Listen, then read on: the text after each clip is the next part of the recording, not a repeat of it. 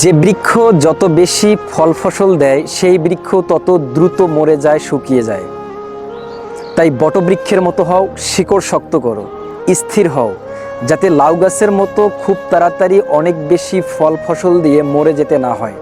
মানুষ যেন তোমাকে আন্তরিকভাবে গ্রহণ করে এবং সম্মান দেয়।